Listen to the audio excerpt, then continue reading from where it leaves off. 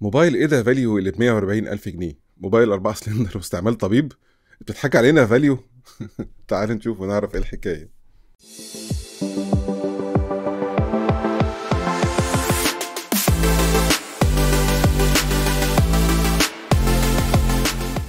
اهلا بيكم، انا محمد صفا. عاملين ايه؟ يا رب يكون كلكم بخير. الصوره دي انتشرت مؤخرا لحد اشترى موبايل سعره 47500 جنيه عن طريق فاليو، وعمل بالنصيحه اللي في الفيديو ده اللي هيظهر لكم، وبص الاول في الابلكيشن وحسب القسط قبل ما يشتري، وكان القسط 792 جنيه على 60 شهر. خلص المعامله وروح البيت وفتح الموبايل وانبسط بيه.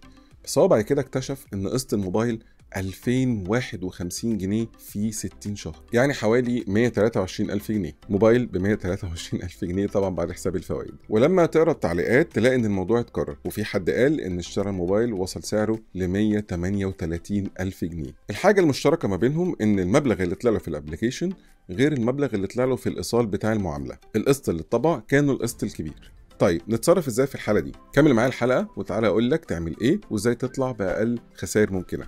اعمل لايك واعمل سبسكرايب وتعالى بينا نكمل.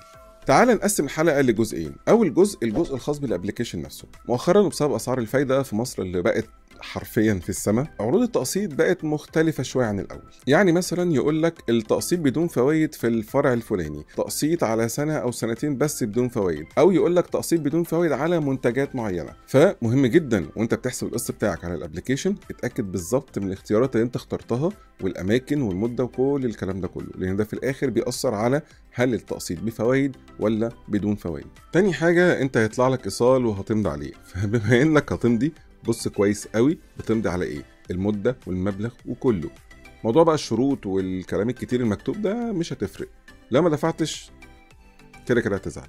تالت حاجه هو انت اصلا بتقسط ليه؟ ده بقى هياخدنا للنقطه التانيه اللي هي خاصه بالمنتج نفسه. مهم جدا انك لما تشتري حاجه ما تفتحهاش في نفس اليوم، استنى بس يعني سواد الليل. تاني يوم اصحى بص في الفواتير وبص في القسط واحسب مصروفاتك، ولو في اي حاجه غلط تقدر ترجع الحاجه طالما الحاجه متبرشمه ما اتفتحتش، لانك ساعتها تقدر تلغي المعامله، تلغيها كانها لم تكن. وانا هنا مش بتكلم على السداد المعجل، السداد المعجل بندفع عليه 7%. عشان كده في تجار كتير ما بيرضوش يسلموا لك المنتج غير لما يفتحوا لك، لا لازم افتح الموبايل او افتح اللابتوب قبل ما اسلمه لك، غير كده ما اقدرش اسلمه لك. الفكره انه بيقفل لك حته انك ترجع المنتج لو انت غيرت رايك، لانه لو المنتج اتفتح بيتغير بس لو في عيب صناعه. فلو جيت تشتري حاجه والتاجر قال لك لا لازم افتحه لك، قول له متشكر جدا انا مش عايز الجهاز، ولا خلاص تعالى اتفضل الجهاز اهو، وتبقى تفكر فيه براحتك.